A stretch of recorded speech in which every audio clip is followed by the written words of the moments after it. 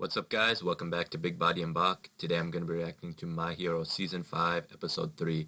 So last week's episode was pretty crazy. We got a lot jam-packed into that episode. We started off with that Dabi and Endeavor meeting. There's definitely something going on with Dabi and the Todorokis. Because when Dabi had met Shoto, he called Shoto by his full name. And then in last episode, Dabi called Endeavor by his full name to Enji. So there's definitely something going on with Dabi and the Todorokis.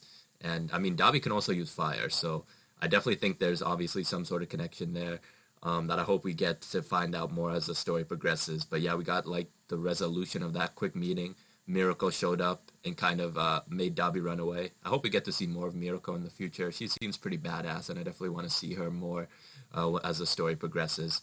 From there, we transition into the rebuilding of Endeavor and his family's relationship and trying to rebuild, I guess, the Todoroki family household.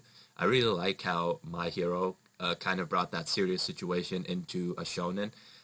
That situation is like a very big and heavy topic, and Endeavor was a real asshole, and he really did some terrible things to his family, and he's trying to atone for them. So I really like, and I want to see kind of Endeavor's redemption arc and see how he tries to redeem himself and see how he tries to repair all the damage that he's done to his family. And hopefully, I hope I get to see a really happy and good resolution there. So I'm definitely interested to see how that arc continues. And then we got into the big final part of the episode, which was Deku going into, I guess, some sort of dream or maybe vision where he saw the previous One For All users. We also got more backstory on All For One and One For All, what happened there, how he got the quirk. Like I mentioned in the episode, I had forgot that All Might gave that explanation back in Season 2. I remembered after I recorded the episode how One For All came to be, how All For One gave his brother a quirk, not knowing that he already had a quirk, the ability to pass on quirks, and then what All For One had done was giving his brother One For All basically the ability to stockpile, and that combined with his brother's ability to pass quirks kind of led to One For All and just kind of led to where we are now in the story. So it's kind of crazy how it came back full circle, how All For One kind of led to the creation of One For All. And we also got that point at the end, which I thought was the most interesting part of the episode, was where the first user said, you are at the 20% point and past the singularity point. So I'm guessing as Deku goes forward with getting used to One For All and getting more accustomed to it, maybe we'll see more visions, because the first user had said he wanted to have shown Deku more, but he couldn't because of where the level he's at. So hopefully as Deku grows more accustomed, we'll get to see more visions, because I definitely want to know more about all those past users, because that is really interesting to me. And the singularity point he mentioned, what I think that is I think that, I think they mentioned in Season 4, the singularity doomsday theory, I think it was, how as generations go by, more and more quirks become intermingled and kind of mix, just things get stronger, evolution, as we just pass down through generations. And so I wonder if the quirk singularity, because that was called quirk singularity doomsday theory, I think. So what I wonder is if the quirk singularity the first user mentioned has something to do with that. So is the quirk singularity point the point where One For All has just passed down through too many users that maybe it's too strong now, and maybe it might be too strong for Deku, or maybe Deku has to do something different to hold all the power, because he's the 9th user, so that has passed down through a lot of people at this point. I don't know, maybe 9 generations. So One For All is ridiculously strong now, so I wonder if it has something to do with that, and maybe how Deku might have to handle that power, because it's supposed to get stronger each time it passes down. So I'm definitely interested to see how Deku handles that and kind of where we go from here. But yeah, the seasons look like it started off strong already, and I'm definitely excited to keep going. So yeah, with that, let's get into episode 3. That shot was so epic.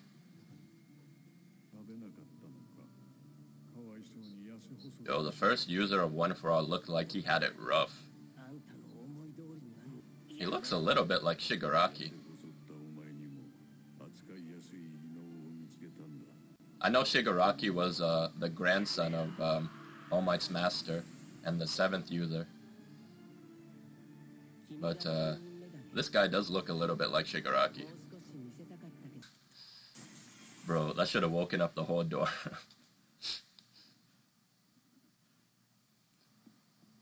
Some early morning training. That's when he woke up. I want to know more about all of them. What is with this ominous music right now? Like, can All For One enter, like, this space that Deku was in too? Are they connected? I wonder if One For All and All For One are connected, because All For One gave One For All the quirk. Bro, this is epic. I'm kind of getting the chills right now.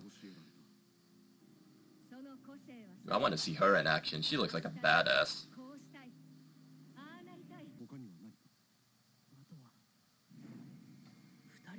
Yeah, why couldn't we make out those two? They kind of look evil, but I doubt they're evil.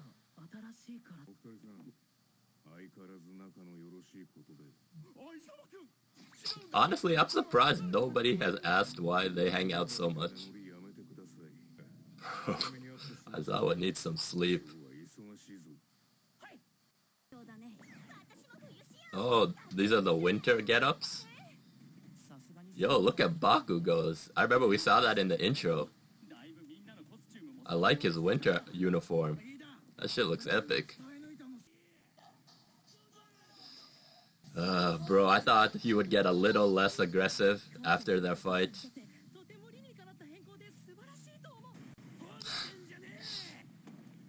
Oh, it's Class B. Yo, I like this. I want to see more of all their quirks and see them in action.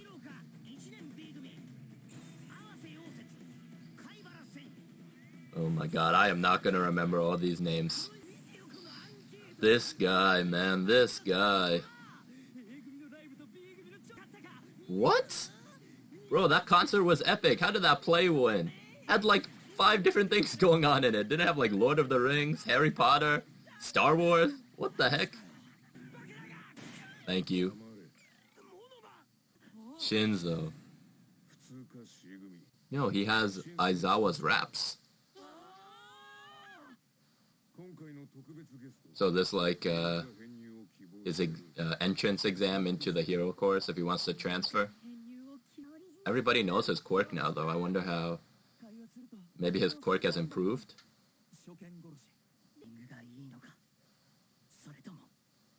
Or what? Because he was in stress?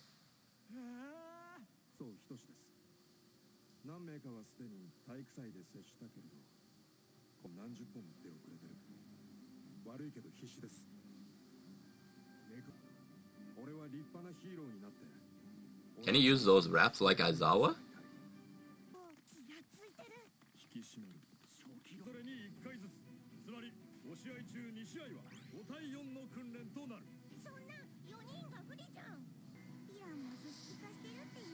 Alright, hype. Gonna get some Class A, Class B action. That's the jail.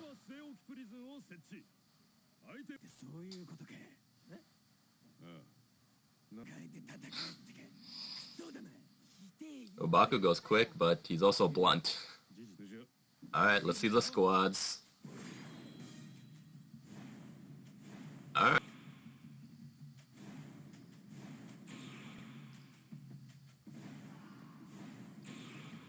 Yo, I don't know which squad I like the most. They all kind of look balanced. Of course, Shinzo's gonna be going against Deku. Gonna get that rematch. I think I like Todoroki and Ilda's team the best. They look like they're pretty well balanced. Yo, I miss this. Deku taking his notes, trying to learn. They're good. Kind of like a slow down training exercise from what we've been in the last 2 seasons with all the like action and fighting like legit serious villains. Damn, shot down.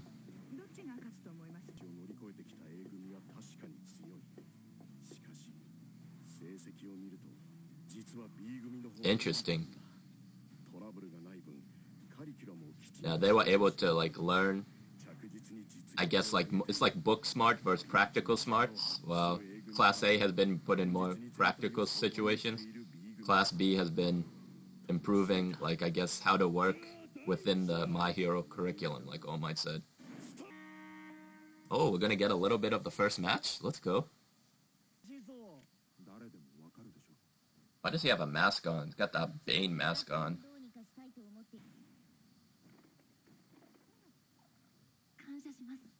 Yo, he's got his own scouts.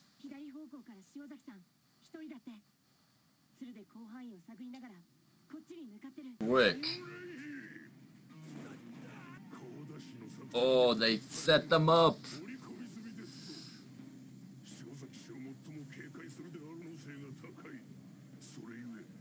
Wow, they read them like a book. Yeah, he is like Beastman. Yeah. Oh, he's air? Wait, what? That guy didn't talk. Oh, did he record him? And then...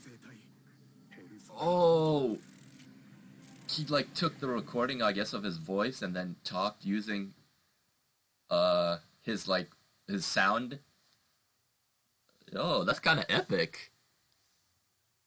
Alright guys, another solid episode. So we kind of picked up where we left off with last week's episode where Deku went to go talk to All Might about the dream, I guess vision he had.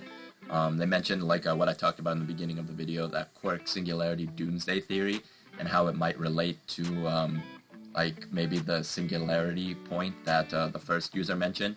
So I'm kind of getting the idea that maybe the singularity point is the point where, I guess, maybe one for all might be, like, too powerful to control, or is at a point where, like, it just stockpiled too much, because, like, the singularity point, or the singularity doomsday theory that was mentioned before is, like, how quirks, like, evolve and pass down through generations and generations. They just get, like, stronger. It's kind of similar, like, how people pass down through generations and generations. Like, theoretically, you should get more advanced as people adapt and just grow as, like, evolution happens. So I wonder if that's what the first user meant by the singularity point. Yeah, I'm not sure. We'll probably find that out as we go along, but, like, that's kind of where I'm at right now with that. I also thought it was interesting that All Might never had the talk like Deku had. All Might said he never had, like, a conversation with the first user like Deku had, so I'm interested why Deku was the only one like that, and like, I want to see more conversations with those guys. Like he said, Deku's only at 20%, and he wanted to show him more, so hopefully as Deku gets more and more accustomed to One for All and gets, like, closer to, I guess, to 100%, we might get more flashbacks and stories from all the previous users, because I definitely want to see more from all of them. But yeah, that was the beginning, and then we kind of transitioned into, I guess, what this season's going to be about, which is going to be Class A versus Class B. I kind of like how we're getting more of Class B, because they were kind of introduced, like, sporadically here and there, like in Season 2 and Season 3. I like now that we're getting more of them and seeing more of their quirks in action, because they are kind of, like, I guess, rivals in a way. They're both part of the same grade, and they're kind of competing and trying to do the same thing, become heroes. So definitely, like, more interacting like that, and I guess a more supervised and classroom setting, because, like, the two previous seasons, our characters have kind of been in, like, pretty ridiculous situations, fighting, like, villains and being in, like, high stakes situations. It's good to, I guess, kind of take a chill down and be in a more kind of, like, Season 2, like a structured, almost like, okay, now they can compete like that rather than, like, fighting for their lives. So I'm very interested to see how we go and get to see more of Class B and Class A in action. But yeah, it looks like that's where the season's going. I'm definitely excited for that. So with that, guys, that's going to wrap up the video. If you like this video, if you could drop a like and a comment, we'd greatly appreciate it. And if you could subscribe, we'd greatly appreciate that as well. But yeah, I'll catch you guys in the next one. Peace.